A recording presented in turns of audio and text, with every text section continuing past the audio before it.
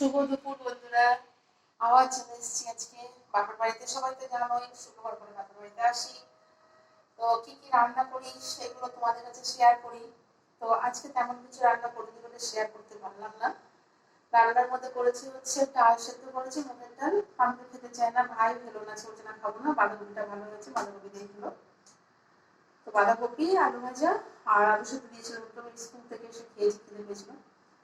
ও বাঁধাকপি দিয়ে খেলো আর আলু সেদ্ধ দিয়ে খেলো, ডাল নিল না, বললো যে ডাল খাবো না। দিদি ডালটা ফোড়ন দিয়ে বলছি, তাহলে অল্প করে ফোড়ন দিই। আর শনিবারও নিরামিষ খাই ভাই, তো অল্প করে ফোড়ন দিই। তা বললো না তাহলে ফোড়ন দিতে হবে না,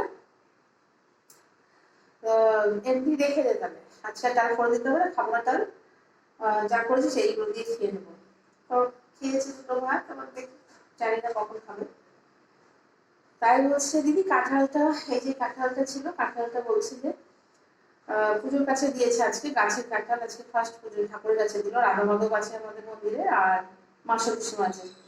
তা বলেছিল আমি থেকে মা সতীসমাকে আমরা 28 থেকে 30 বছর ধরে মেনে আসছি। তো ঠাকুরের কাছে দিয়েছে, বলছে দি তার কাঁঠালটা পুরোটা ভেঙে ফেল, আমার জন্য কয়েকটা রেখে তুই সব নিয়ে যা। আমার হাজব্যান্ড খুব ভালোবাসে। সেটা ভাঙতে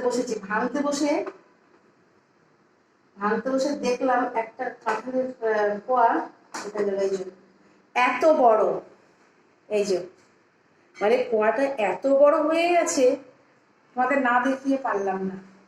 সেই জন্য কাঁঠালটাকে ভাঙছে, তাই তোমাদের দেখাচ্ছি। এই যে মানে এই যে ভেঙেছে, এতগুলো ভাঙা হয়ে গেছে যাতে কি তার মধ্যে আমাদের গাছের কাঁঠাল অনেকদিন থাকে। এই দেখো শিকড় হয়ে গেছে এই এর মধ্যেই কাঁঠাল বিষের মধ্যে শিকড় হয়ে গেছে, শিকড় গজিয়ে গেছে।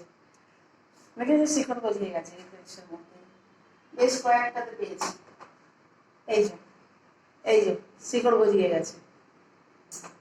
এই কাঁঠালটা তোমার দেখানোর জন্য, যে কাঁঠালের কোয়াগুলো কত বড় বড় হয়েছে সেটাকে দেখানোর জন্য আমি এলাম আবার ব্লগে। যাই হোক, তোমরা সবাই ভালো থেকো, আমিও ভালো আছি। আজ এই পর্যন্তই, এরপরের ব্লগ আবার দেবো। এই পর্যন্ত, আজ এই পর্যন্ত, এখন এই পর্যন্তই।